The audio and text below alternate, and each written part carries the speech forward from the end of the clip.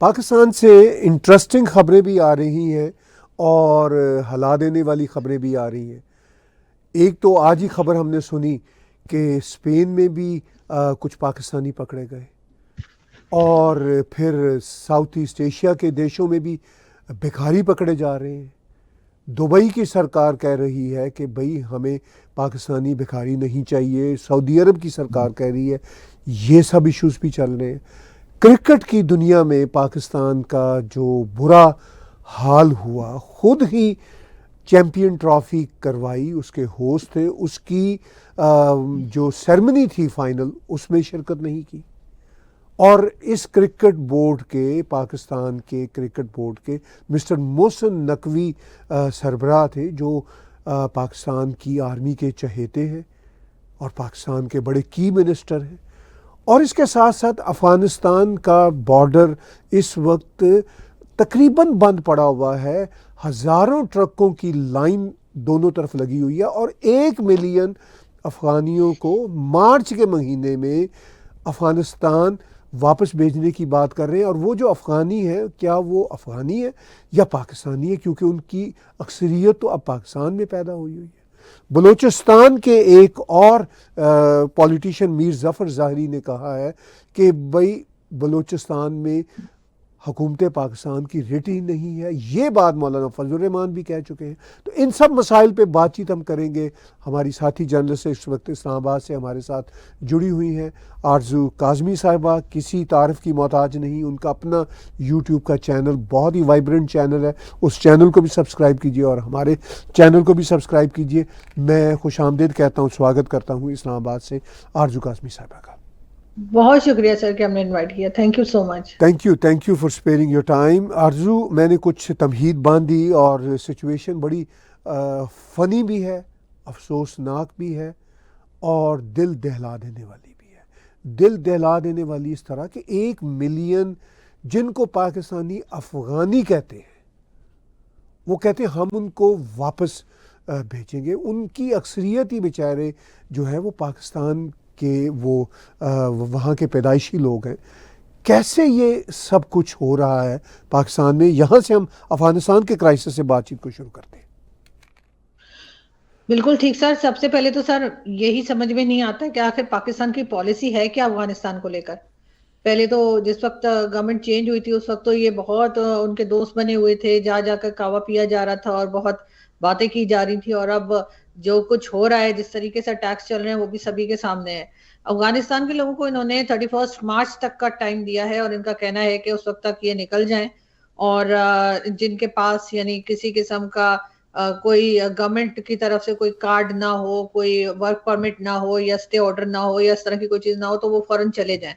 कई फुटेजेस और कई वीडियोस सोशल मीडिया पर ऐसी भी आई हैं जिसमें कई जगह पर जो है वो अफगान सिटीजन्स को इन्होंने बंद करके रखा है और वो बेचारे अपने कार्ड दिखा रहे हैं और वो कह रहे हैं कि जी हमारे पास कार्ड है, हम रह सकते हैं, लेकिन उनको कहा जा रहा है कि वो चले जाएं। ज्यादातर जिन लोगों को निकालने की बात की जा रही है वो समझ लीजिए कि ऐसे लोग हैं जिनके पास ज्यादा पैसा नहीं है, जिनके पास काम नहीं है, या जो हर तरीके से कमजोर कह लीजिए उनको कहा जा सकता है, उस सूरत हाल में है। उनकी फैमिलीज भी परेशान हो रही हैं, वो खुद भी परेशान हो रहे हैं। लेकिन जिनके पास पैसा है, जो तरह तरह का बिजनेस कर रहे हैं और कारोबार के अंदर हैं, उन अफगान सिटीजन्स को बिल्कुल भी नहीं छेड़ा जा रहा। अब ये डबल पॉलिसी हमेशा से ही आपको पता है पाकिस्तान की तरफ से चलाई गई है और उसके बाद अब अफगान सिटीजन यहाँ पर 1 मिलियन से भी ज्यादा बताए जा रहे हैं। अमेरिका से भी कहा जा रहा है कि जी आप लोगों ने कहा था रख लो और अब आप रखें इनको, और इस किस्म की चीजें भी बीच बीच में आ रही हैं। साथ ही साथ गवर्नमेंट ये भी कह रही है कि जो भी टेररिज्म हो रही है पाकिस्तान के अंदर, उसमें अफगान सिटीजन इन्वॉल्व है। तो इस तरीके से भी उनका नाम जो है वो लिया जा रहा है ताकि हम एक एक रीजन दे सकें, हम एक जवाब दे सकें कि जी इनको हम क्यों निकाल रहे हैं।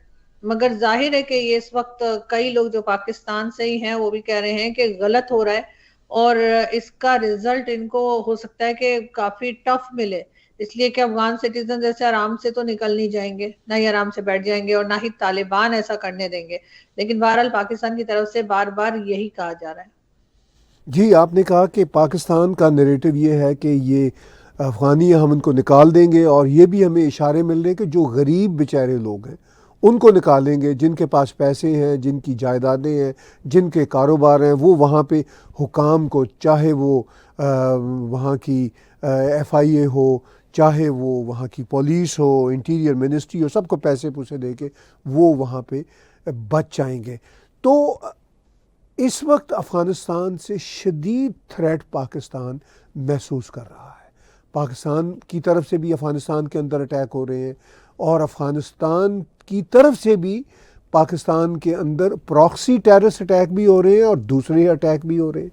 तो ये हालात आपको सुधरते हुए नज़र आते हैं या नहीं? नहीं सर, इतनी जल्दी तो सुधरते हुए नजर नहीं आते, बल्कि बिगड़ते हुए ज्यादा अगर कहूँ तो शायद सही होगा। इसकी रीजन यही है कि उनके साथ बातचीत के लिए ये कोशिश नहीं कर रहे हैं, और यही कहा जा रहा है कि उनको छोड़ा नहीं जाएगा और वो टेररिस्ट हैं, उनके नाम बदले जा रहे हैं, कभी फितना उल खारिज और कभी कुछ कहा जा रहा है।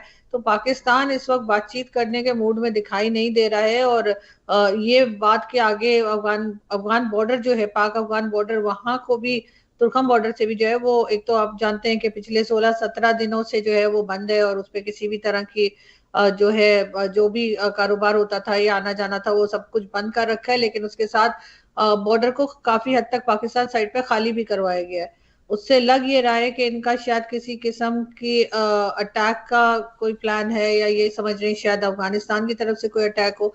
तो इसलिए जो लोग बॉर्डर के पास रहते थे या रहते हैं, उनको वहां से हटाया गया है। उससे लग तो यही रहा है कि सूरत हाल मजीद जो है वो क्रिटिकल होती चली जाएगी, ना कि संभलती हुई दिखे। जी, आपने बताया कि बॉर्डर की सिचुएशन इतनी ख़तरनाक है कि वो ठीक होने की बजाय बिगड़ती हुई नज़र आ रही है। और इधर अगर हम बलूचिस्तान पे निगाह डालें, तो पहले तो मौलाना फजल रहमान ने कह दिया, जो पाकिस्तान आर्मी के बड़े चहेते हैं, हमेशा से चहेते रहे हैं, उन्होंने कह दिया कि बलूचिस्तान में कुछ 7 के करीब ऐसे डिस्ट्रिक्ट्स हैं जहाँ पे पुलिस की या वहाँ पे रियासत पाकिस्तान की रिट नहीं है। फिर अभी मीर ज़फ़र ज़हरी ने कह दिया कि भाई कोई यहाँ पे रिट नहीं है सरकार की। तो बलूचिस्तान के हालात भी बहुत बिगड़े हुए हैं। जहाँ पे KPK में बहुत बिगड़े हुए नज़र आते हैं, वहाँ बलूचिस्तान में भी बहुत बिगड़े हुए नज़र आते हैं। क्या बलूचिस्तान के हालात पे काबू पा सकेगी पाकिस्तान की सरकार?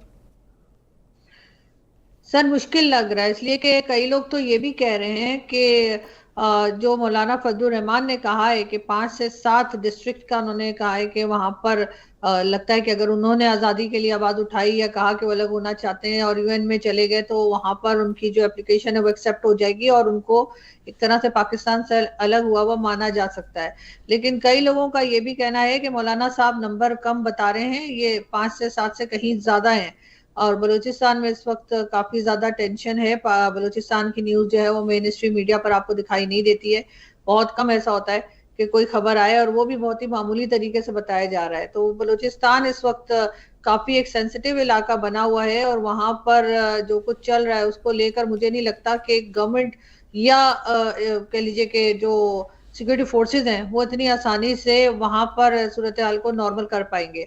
ये जरूर है कि बार बार ये बताया जा रहा है कि जी बहुत लोगों की जानें गई हैं, बहुत से सिक्योरिटी फोर्सेज के लोगों की जानें गई हैं, और अब हम छोड़ेंगे नहीं, अब हम ये कर देंगे वो कर देंगे, लेकिन ये कर कुछ नहीं पा रहे। ये भी कहा जा रहा है कि उनके पास जदीद असला है, और उस वेपन्स के लिए भी ये जो है वो डायरेक्टली और कभी इनडायरेक्टली भारत की तरफ भी इशारा करते हैं, और कई बार ये अफगानिस्तान की तरफ भी इशारा करते हैं कि अफगानिस्तान की तरफ से भी उनको असला मिल रहा है। और इन्होंने ये भी कहा है कि अमेरिका जो है, जो वेपन्स छोड़ गया था, वो अपने वेपन्स वापस ले इसलिए कि वो वेपन्स जो है वो पाकिस्तान के अगेंस्ट इस्तेमाल हो रहे हैं। अब ये हर तरह की बात की जा रही है, लेकिन वहां पे कोई भी सूरत हाल जो है संभलती हुई दिखाई नहीं दे रही। हर दूसरे दिन किसी ना किसी की न्यूज लगी होती है। जो मिसिंग पर्संस हैं वो बढ़ते चले जा रहे हैं। अब ये मिसिंग पर्संस कौन है, ये क्या बात कर रहे थे जिसके लिए इनको एजेंसी वाले या कोई उठा के ले जाते हैं, ये तो आप भी जानते हैं कि वहां पे क्या कुछ चल रहा है। लेकिन बहरहाल जो सिचुएशन है वो बेहतरी की तरफ जाती हुई दिखाई नहीं दे रही, और ना ही गवर्नमेंट की कोई ऐसी पॉलिसी सामने आ रही है जिससे ये पता लगे कि यहाँ पर कुछ बेहतरी के लिए कुछ करने का सोच रहे हैं। ये बस हर कुछ दिन बाद यही अनाउंस कर देते हैं कि हाँ जी हम वहां पर अब ये ऑपरेशन कर रहे हैं, कभी हम वो ऑपरेशन कर रहे हैं, बस यही चलता चला जा रहा है। देखिए, आपने बात की कि मौलाना फजल रहमान ने पिछले दिनों कहा था कि बलूचिस्तान के बहुत सारे इलाकों में हालात इतने ख़राब हैं कि वो लोग अगर यूएनओ के पास चले जाएं तो उनको आज़ादी मिल सकती है। तो मैं आरजू काज़मी साहबा आपको एक ख़बर देना चाहता हूँ। यहाँ पे बलोच अमेरिकन कांग्रेस अभी 3-4 रोज़ पहले यूएनओ के पास चले गए हैं। उन्होंने यूएनओ को एक ख़त लिख दिया है, जो ख़त मेरे सामने पड़ा हुआ है और मैंने इस पर एक व्लॉग भी किया है। रज़ाक बलोच साहब का इंटरव्यू किया था। बलोच अमेरिकन कांग्रेस के डॉक्टर तारा चंद साहब, जो बलोच सरकार में अख्तर मेंगल की एक सरकार में वो मिनिस्टर भी हुआ करते थे, अब अमेरिका रहते हैं। तो डॉक्टर तारा चंद और उनकी टीम, रज़ाक बलोच, ये लोग अब यूएनओ के पास चले गए हैं। उन्होंने रेफरेंडम के लिए यूएनओ से कह दिया है और साथ साथ इंडिपेंडेंस की बात भी कर दी है। इस खबर को मेरा ख्याल अभी तक पाकिस्तान में कोई वाइड स्प्रेड अहमियत नहीं मिली। आपको जब मैं ये खबर बता रहा हूँ तो आपको मौलाना फजल रहमान के कहने के बाद कि जी अगर बलोच वहाँ गए यूएनओ में तो उनको मिल सकती है आज़ादी, और अब वो चले गए हैं, तो आपको ये खबर कैसी लग रही है? क्या ये तशवीशनाक है खबर? सर डेफिनेटली तशवीशनाक खबर है। और अगर पाकिस्तान के अथॉरिटीज और पाकिस्तान के पॉलिसी मेकर्स ये समझते हैं कि ऐसा कुछ हो नहीं सकता, तो ये इस वाले ख्वाब में या इस वाली गफलत में ये 71 में भी रहे थे और इनको लगता था कि कुछ नहीं होगा। और जो अभी भी नारे लगाते हैं कि पाकिस्तान को तोड़ा नहीं जा सकता या पाकिस्तान से कोई अलग नहीं हो सकता, तो पाकिस्तान से तो बांग्लादेश अलग हो गया था। और अब यही सेम वही गलती ये इस वक्त बलूचिस्तान और केपीके में दोहरा रहे हैं। इसलिए कि बजाय इसके कि उन लोगों से बात की जाए, डायलॉग किया जाए, उनकी प्रॉब्लम्स को सुना जाए, उसको सॉल्व किया जाए, जो कि हर गवर्नमेंट का, हर एस्टेब्लिशमेंट की ड्यूटी होती है। ये लोग जब आते हैं गवर्नमेंट में तो ये इसी पॉइंट ऑफ व्यू से इनको लाया जाता है ना कि ये पब्लिक सर्वेंट है, लेकिन ये आके पब्लिक को ही सर्वेंट बना लेते हैं। और उसके बाद जब हालात काबू से बाहर हो जाते हैं तो फिर ये यहाँ वहां भागने लगते हैं। फिर ये कहते हैं कभी किसी कंट्री ने कर दिया, कभी अफगानिस्तान ने वेपन्स दे दिए, कभी इंडिया ने साजिश कर दी है। इनकी ये कहानी इन्होंने 71 में भी की थी और ये उसका रिजल्ट भी देख चुके हैं। लेकिन अनफॉर्चुनेटली एक बार फिर मुझे लग रहा है कि मुल्क उसी तरफ जा रहा है। और ये सिर्फ बलूचिस्तान की बात नहीं है, केपीके में भी जो सिचुएशन है वो बहुत ज्यादा टेंस है। लेकिन जाहिर अगर ये न्यूज में नहीं आने देंगे तो उसका मतलब ये तो नहीं है कि कुछ नहीं है। जो मेन स्ट्रीम मीडिया है उसको तो इस हद तक कंट्रोल कर रखा है कि वो तो सिवाय ये बताने के कि गवर्नमेंट जो है वो बहुत स्मूथ चल रही है और सब सही है, जबकि यहाँ पर एक बार फिर महंगाई जो है वो बहुत ज्यादा बढ़ गई है और रमजान में भी लोग जो है बहुत ज्यादा परेशान है। लेकिन ना ये बात बताई जा रही है, ना बलूचिस्तान ना केपी के, ये सिर्फ यही बताते चले जा रहे हैं कि गवर्नमेंट बिल्कुल स्टेबल है, गवर्नमेंट बिल्कुल ठीक है और बहुत स्ट्रांगली अपना काम कर रही है। तो सर ये झूठी खबरें जब तक हमारा मीडिया देता रहेगा और इसी तरह की बातें करते रहेंगे तो मुझे तो नहीं लगता कि ये केपी के या बलूचिस्तान को ये जो है संभाल पाएंगे। आपने कहा कि ये केपीके और बलूचिस्तान को अपनी पॉलिसियों की वजह से संभाल नहीं पाएंगे। ये एक बड़ी वहाँ पे डेवलपमेंट बन रही है। पहले से हालात वहाँ कशीदा हैं, मगर अब इस नहज तक आ चुके हैं, इस नहज पर पहुँच चुके हैं कि लगता है कि मुकम्मल इनके हाथ से बाहर है। सिर्फ बलूचिस्तान और केपीके के मामलात की बात ही नहीं, क्रिकेट जो स्पोर्ट्स का मैदान है उसमें भी लगता है कि मामलात इनके हाथ से बाहर हैं। पाकिस्तान के एक बड़े ही स्ट्रॉन्ग मिनिस्टर मोहसिन नकवी, जो इस्टेब्लिशमेंट के बहुत ही ख़ास चहेते हैं, वो क्रिकेट बोर्ड के भी सरबराह हैं और उन्होंने इस बात की ट्रॉफ़ी, वो जो चैम्पियन ट्रॉफ़ी हुई उसकी ट्रॉफ़ी पहले ही अपने गले में सजा ली थी कि देखिए मैंने पाकिस्तान में ये चैम्पियन ट्रॉफ़ी करवाने में कामयाबी हासिल की है। अब वो कामयाबी तो हासिल कर ली, चलिए मैं मानता हूं कि स्पोर्ट्स में कुछ भी हो सकता है, पाकिस्तानी टीम का तो बहुत ही बुरा हाल हुआ। उसके बाद इन्होंने सेरेमनी में, जो फाइनल सेरेमनी थी, उसमें भी शिरकत नहीं की। और देखिए, एक तो हारना होता है, चलिए स्पोर्ट्स में हार जीत तो होती रहती है, जो इनका रवैया था इनकी टीम का भी, इनके देश का भी, पूरी इंतज़ामिया का भी, वो भी बड़ा शर्मनाक रहा। उसको आप कैसे देखती हैं? सर बिल्कुल, खैर हार जीत तो होती रहती है, लेकिन हमारी टीम जिस तरीके से हारी है वो बहुत ही एक शर्मनाक तरीके से हारी थी और मेरे ख्याल ऐसा नहीं होना चाहिए था, जबकि आप होस्ट भी कर रहे थे। लेकिन चले वो भी हो गया, लोगों ने उस हद तक भी लोगों ने बर्दाश्त कर लिया। और पाकिस्तान में तकरीबन 80% लोग ऐसे थे जो कि भारत की टीम को सपोर्ट कर रहे थे फाइनल के लिए। और उनका यही ख्याल था कि चलो कम से कम इस रीजन में ही रह जाएगी अगर ट्रॉफी आ गई तो इस वजह से लोग काफी एक्साइटेड थे। और दुबई में भी जो पाकिस्तानी और इंडियंस थे, आपने देखा कि ग्राउंड में किस तरह सब मौजूद थे। लेकिन जिस वक्त कह लीजिए कि जिस वक्त भारत की टीम जीत गई और वहां पर मोहसिन नकवी साहब और उनकी टीम को होना चाहिए था, यानी उनके साथ जो लोग काम करते हैं उनको होना चाहिए था, वो वहां पे दिखाई नहीं दिए। आज मैं एक इंडियन टीवी पे डिबेट देख रही थी और उसमें एक पाकिस्तानी पैनलिस्ट जो थे, उनको खैर मैं जानती नहीं वो कौन है, फर्स्ट टाइम ही देखा था, लेकिन वो इंतहाई बेवकूफी के साथ डिफेंड कर रहे थे। और उनका कहना ये था, जब उनसे पूछा गया कि जी मोहसिन नकवी साहब जो हैं, जो कि चेयरमैन पीसीबी हैं, वो वहां पर मौजूद क्यों नहीं थे अवार्ड के वक्त, तो वो कहने लगे कि वो असल में वो जो है ना होम मिनिस्टर भी हैं और उस वक्त यहाँ पर असेंबली का इजलास होना था और वो इजलास में शिरकत के लिए आ गए। अब आप अंदाजा लगाएं कि ये किस तरह के लोग हैं और इनको डिफेंड करने वाले किस तरह के लोग हैं। कि यानी कि एक इतना बड़ा टूर्नामेंट जिसके आप होस्ट हैं, आपने उस जब वो टूर्नामेंट कंप्लीट हुआ है और जो भी टीम जीत गई है वहां पर मौजूद होने के बजाय कि आप उनको मुबारकबाद देते, आप ट्रॉफी देते या सब कुछ करते, उसके बजाय आप ये बताया जा रहा है कि जी क्योंकि असेंबली का इजलास था और वो बड़ा जी इंपॉर्टेंट था, तो इस वजह से वो सेशन सुनने के लिए असेंबली का वो वापस आ गए। तो इस किस्म के तो ये लोग हैं असल में, ये इस बात को एक्सेप्ट ही नहीं कर पाए, हजम ही नहीं कर पाए कि भारत जीत गया है। इनको लग रहा था कि 363 या इस तरह से कुछ उन्होंने बनाए थे न्यूजीलैंड ने, तो इनको लग रहा था कि फाइनल में भी कुछ ऐसा ही हो जाएगा और फिर भारत चेज नहीं कर पाएगा। और कई लोगों ने तो ये तक बातें शुरू कर दी थी कि क्योंकि भारत हर टॉस हार रहा है तो इसलिए वो फाइनल भी हार जाएगा। कई हमारे ऐसे भी एक्सपर्ट्स बैठे हुए थे जो कह रहे थे क्योंकि भारत हर मैच जीत रहा है इसलिए फाइनल में तो जरूरी हारेगा। लेकिन वो भी नहीं हुआ, तो अब इनको शर्म आ रही होगी। वैसे होना तो ही चाहिए था कि वहां पे मोहसिन नकवी साहब के साथ प्राइम मिनिस्टर भी अगर होते तो और अच्छा था, कि एक आपकी तरफ से एक बहुत अच्छा मैसेज जाता भारत को कि हम आपकी जीत पे खुश हैं और आपकी टीम ने अच्छा खेला तो जाहिर है वो जीते। लेकिन इन्होंने वहां से भागकर, वहां से छुपकर जो है वो कहना चाहिए कि बिल्कुल ही नई चीज लोगों के सामने ला दी। और उसके ऊपर ना सिर्फ भारत से बल्कि पाकिस्तान से भी लोग बहुत नाराज हैं। अगर आप शोएब अख्तर साहब का कमेंट देखें जो उन्होंने सोशल मीडिया पर भी लगाया है, तो वो भी काफी नाराज दिखाई दे रहे हैं। वो कह रही है कौन सा तरीका है, आप होस्ट हैं और ऐसे कैसे हो सकता है कि जो मेजबान हो वही गायब हो जाए।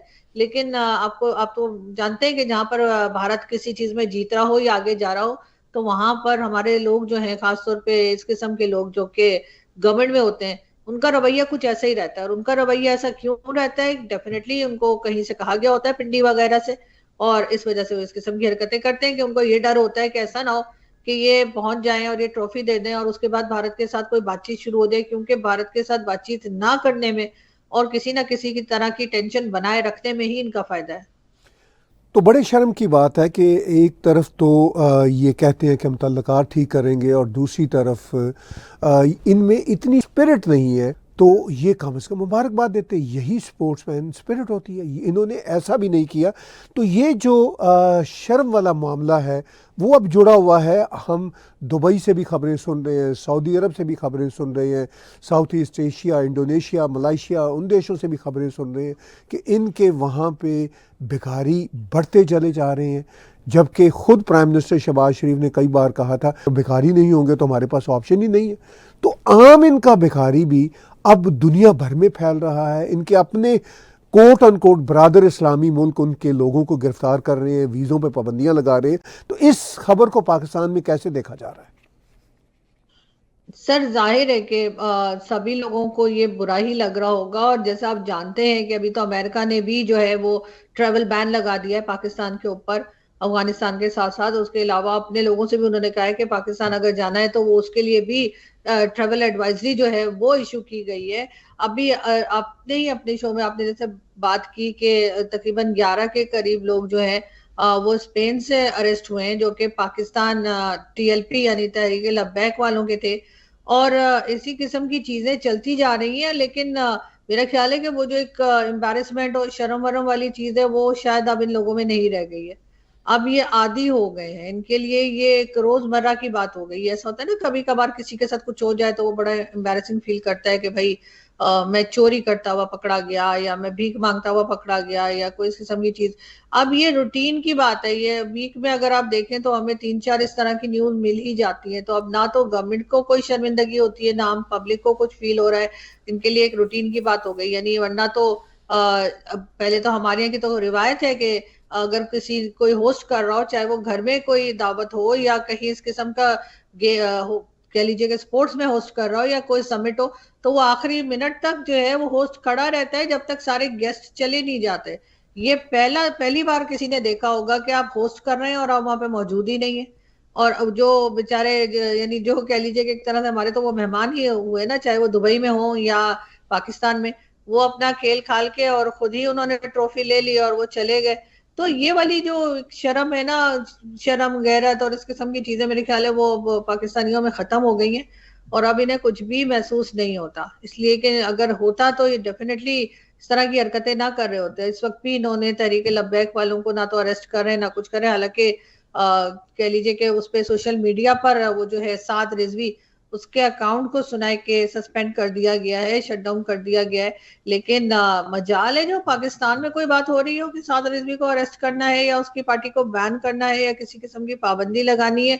इसलिए कि ये तो इन्होंने खुद पाल के रखे ना, लोगों को डराने धमकाने के लिए और अपने हिसाब से काम करवाने के लिए। तो इसलिए ये इसके ऊपर कोई एक्शन नहीं कर रहे।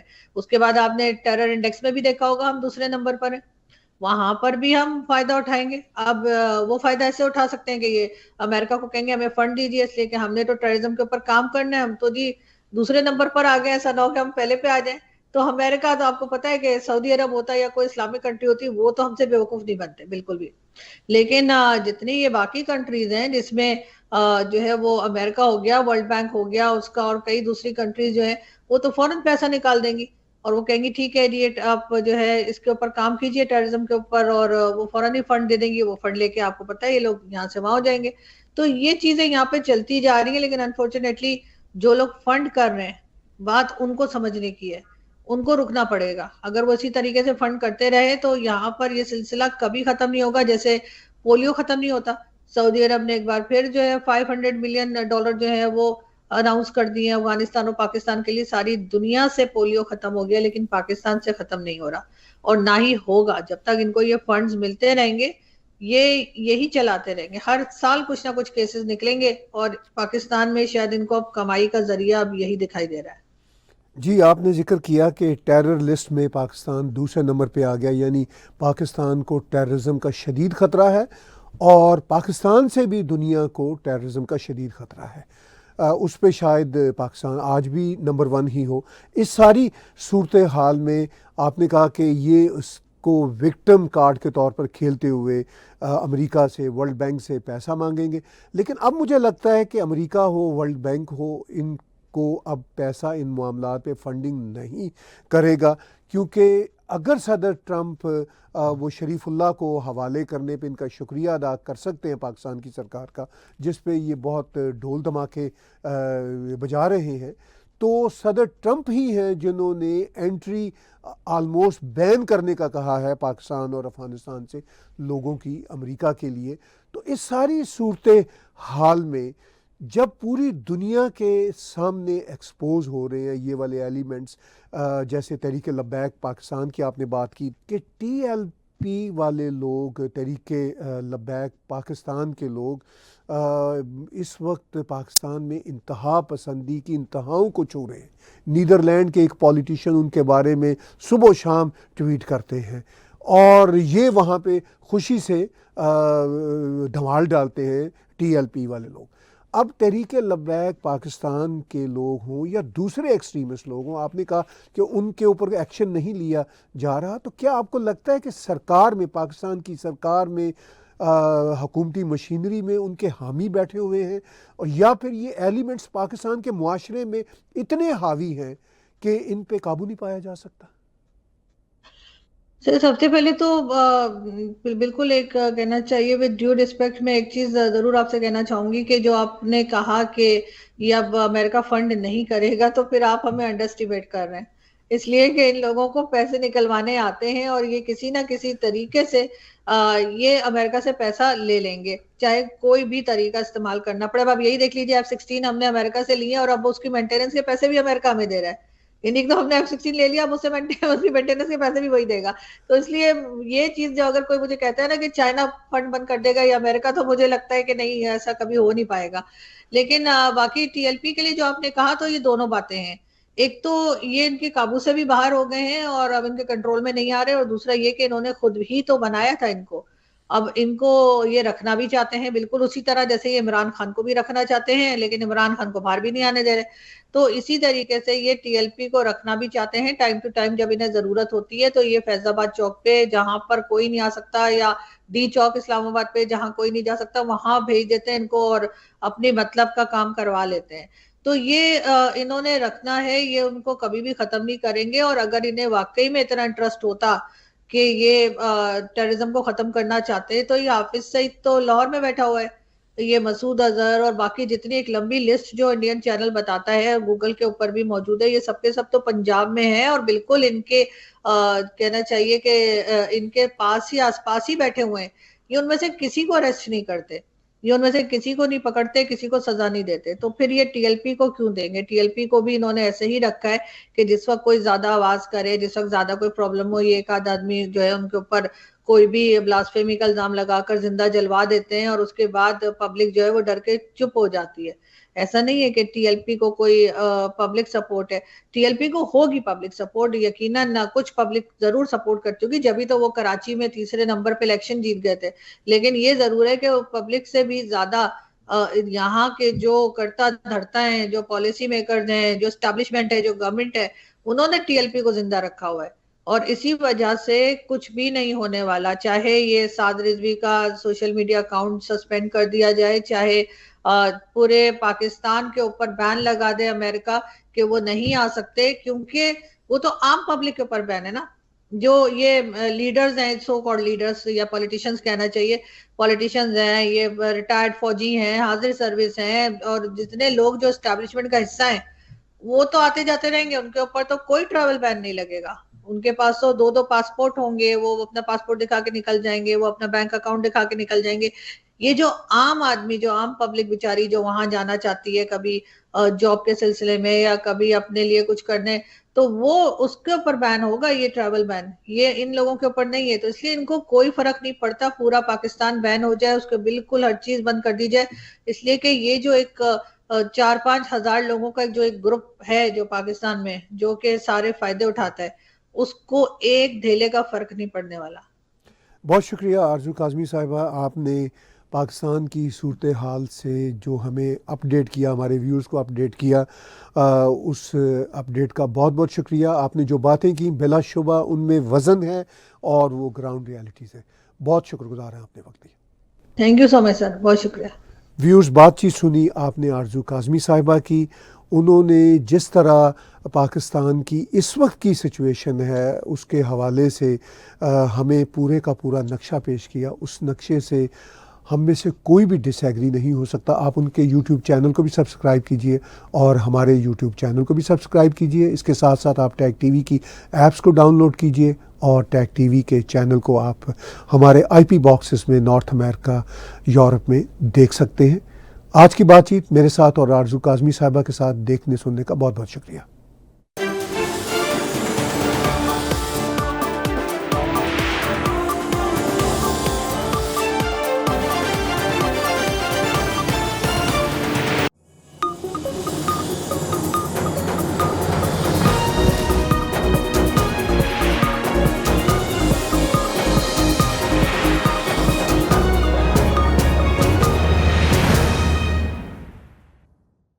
Subscribe TAG TV YouTube channel and press the notification button.